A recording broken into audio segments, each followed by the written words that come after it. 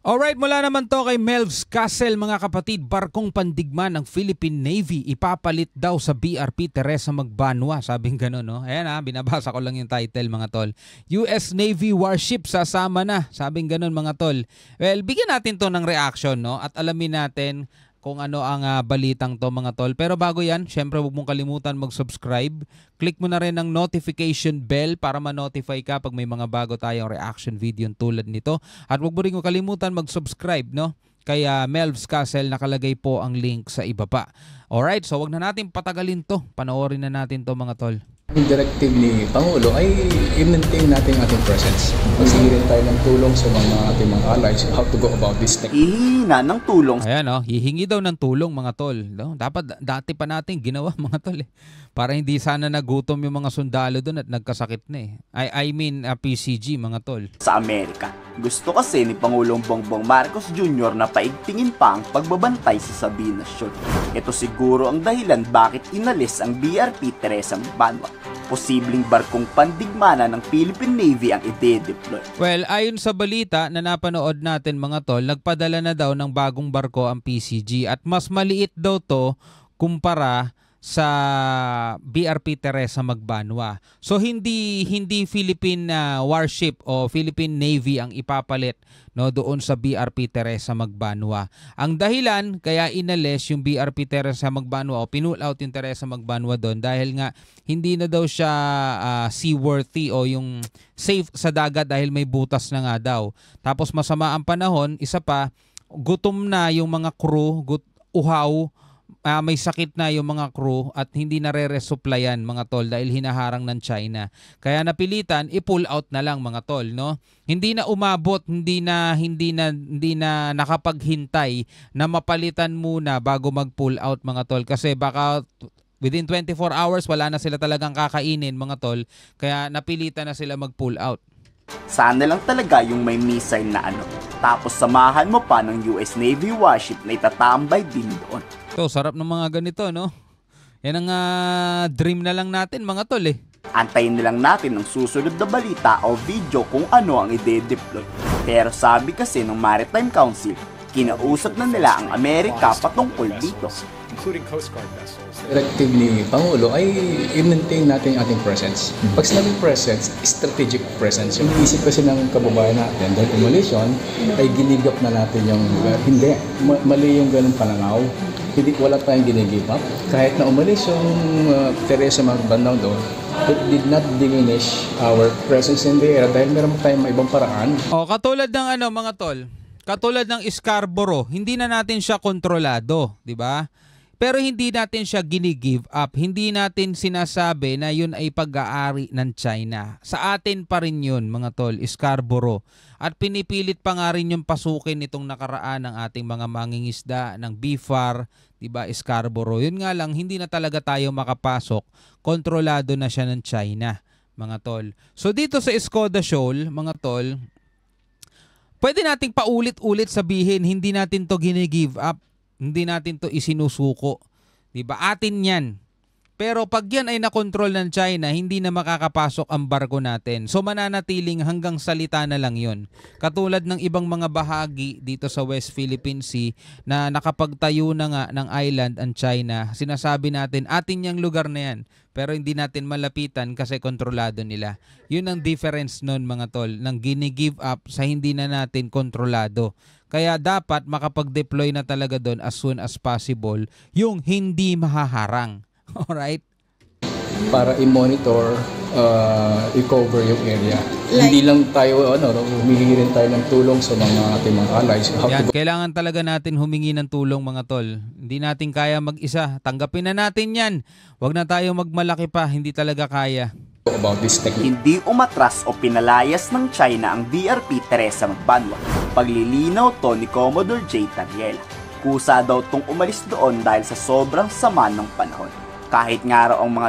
Hindi tayo pinaalayas ng China dyan mga tol. Kusa tayong umalis dyan. Pero indirectly, malaki ang impact ng China kaya tayo umalis dyan.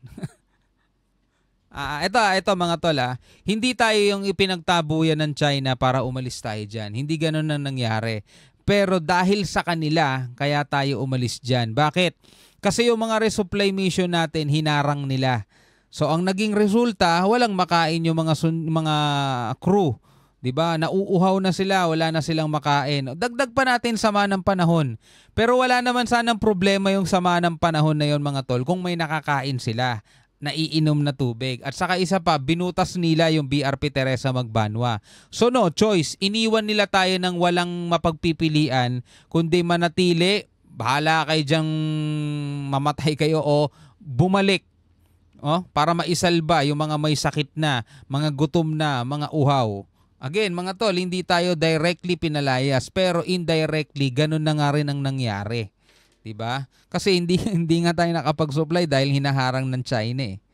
Diba? Hindi lang basta sama ng panahon mga tol. Ayon sa PCG mismo, sila na mismo ang nag-report. Isa to sa mga dahilan sama ng panahon. Pero isa pa sa mga dahilan dahil nga butas yung barko, delikado pag nasira daw yung engine mismo at magiging dead on water na daw yan. Hihilahin na lang yan mga tol, di na aandar yan. Tapos, gutom na yung mga sakay ng barko. Biruin mo, 1 kilong bigas, paghahati-hatian ng 63 na crew, gagawin nilang lugaw. Tapos ang iinumin nila, galing sa aircon o kaya tubig ulan. Tama yung hirap nun mga tol. Kusa daw tong umalis doon dahil sa sobrang sama ng panahon. Kahit nga raw ang mga Chinese warship at Chinese Coast Guard nagsilayasan rin. Ito na nga ang magandang tsansa para palitan ng Philippine Navy warship ang barko ng PCG. Ang problema lang, iniisip tuloy ng mga Pilipino na sumuko na ang PCG. Hindi naman sumuko, no? Ako hindi ko naman iniisip na ako bilang Pilipino, siguro yung iba, iniisip nila sumuko. Pero tayo mga tol, hindi naman natin iniisip na sumuko. Ang sabi nga natin paulit-ulit, wrong decision eh. 'Di ba? Sablay na bigla na lang umalis nang wala man lang kapalit. Pero hindi natin alam mga tol kung ano yung sitwasyon talagang nangyari. Baka nga talagang wala na silang pagkain for the next 24 hours kaya talagang umalis na sila. Dahil ang hirap nun mga tol, wala kang kakainin for the next 24 hours. Umalis na sila mga tol. Hindi na nila nahintay yung magiging kapalit. Wala pa rin kasi yung kapalit, umalis na agad, di ba? Pero may pabiyahe na raw doon ngayon para magbabantay. Or anong ship yung papalit dun sa BRP Teresa Magbanwa para magbantay pa rin sa Skoda Shoal dahil nga merong pinaghihinalaang reclamation activities. Yan. These are operational details, no? But one thing that I can report to the public is that the Philippine Coast Guard will continuously deploy our vessels in Skoda Shoal. Pero bago makadating sa Sabina Shoal ang pinalit ng Defense Department, ang tanong makakapasok kaya? Alam pa naman ng China ang kadagalaw ng Pilipinas. Bago tayo dumating doon, nandun na rin yung mga Chinese. Meron silang matatenga rito mga tol. Yun ang mahirap, hindi ma-detect kung sino eh. At nakaharang mayan. Sana lang talaga ay may kasama na tayong US Navy para papalapit pa lang tayo. Nag-aatrasa na yan panigurado. Lagi ko kasi sinasabi, wala naman tayong isinurrender, wala tayong isinuko. The mere fact na pinull out lang natin ang Teresa Magbanwa, it is wrong to say na isinuko na natin. Kaya na malinaw para sa ating mga kababayan Pilipino, lalo na yung mga nanonood sa atin. Hindi naman sumusuko ang Pilipinas. Kahit ang Scarborough mga tol, hindi natin isinuko yan. 'Di ba? Ang nangyari nga mga tol after nung standoff nung 2012, kung saan ay nag-withdraw tayo, meaning umatras. Kasi pumagit na ang China doon, ang Amerika mga tol eh. 'Di ba? Nagkaharapan na yung China at Pilipinas. Pumagit na ang Amerika doon para maiwasan ng gulo o madugong engkwentro. So, nagkasundo na parehong aalis. Nag-withdraw tayo, umatras tayo, ang China umalis, pero bumalik mga tol at hindi na nila binitawan. Etong tawag dito Scarborough, etong Bajo de Masinloc. Hindi natin isinuko yun kasi 2013 o 2014 mga tol, nagsampa pa tayo ng kaso sa Dahig. Diba? At 2016 nga nanalo tayo ng 2016 arbitral ruling na walang visa yung claim ng China. Supposedly dapat matagal na silang wala dyan. Pero dahil nga hindi nila kinikilala yung batas, ayaw nilang sumunod sa UNCLOS, sa international law mga tol, o kahit nga sa 2016 arbitral ruling ayaw nilang kilalanin, namamalagi sila doon sa Scarborough. Pero hindi natin sinusuko yun Wala nga lang tayong control. dito sa Skoda Shoal, hindi natin pwedeng sabihing isinuko natin. Ang pwede lang mangyari is mawalan din tayo ng control dyan, mga tol. Yun ang pinapangambahan din siguro ng mga kababayan natin, mga tol. Kahit tayo diba? Kasi nga, kaya nga nandiyan dyan yung BRP Teresa Magbanwa dahil nga nakakita tayo ng mga dead corals dyan at baka mag-reclaim ng banibagong island ang China dyan. Well, sinasabi naman ito ni Commodore J. Tariela na hindi naman siguro pag-alis natin, pagbalik natin may island na. Hindi naman ganun kabilis itayo yun. Oo, 4 years nga daw ang inabot dun sa may Mischief Reef 4 years. So sa loob ng 4 years na yun mga tol, marami tayong pwedeng gawing paraan para pigilan sila. At pag yun, yung sa loob ng 4 na taon na yun ay hindi pa natin mapipigilan itong bagong itatayo ng China, talagang makikita natin sa sarili natin, wala talaga tayong binatbat. Diba? Well, hindi pa naman nangyayari yan, no? Yan ay mga ano pa lang naman. Pag-a-analyze pa naman sa mga pwedeng mangyari sa mga susunod na panahon. Tuloy natin. It's also wrong to say na kapag nawala tayo doon, magre-reclaim. Again, the reclamation would take 4 years. Yan, would take 4 years, sabing ganun. Kung mawala ba tayo ng isang araw, 2 araw, 3 araw, 1 linggo, makakagawa na sila ng runway. Right?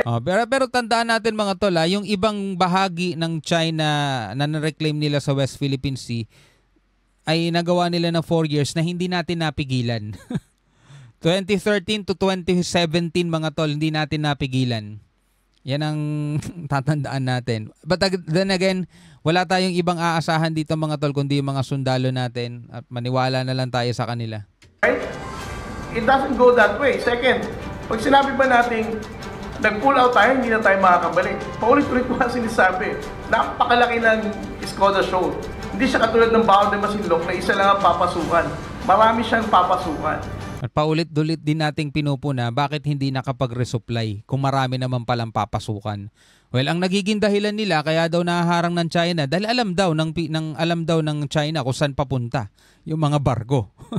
'Di ba? Di good. So, it's a misconception na sinuko natin, hindi na tayo makakabalik. Definitely, wala tayong isinuko, wala tayong inalisan dahil pwede natin itong balikan in different ways. Second, again, the Commandant of the Philippine Coast Guard, sinabi niya na rin to, and even the NMC spokesperson has already disclosed na meron tayong deployment na po. It doesn't end na sinabing ang Teresa Magbanwa binunot na, ibig sabihin isinuko na. Okay, so ayan nililinaw lang. Ang pag-pull out ng Teresa Magbanwa, hindi ibig sabihin panalo na ang China. O sige, China, inyo na yan. Atras na kami. Hindi ganun ang ibig sabihin nun mga tol.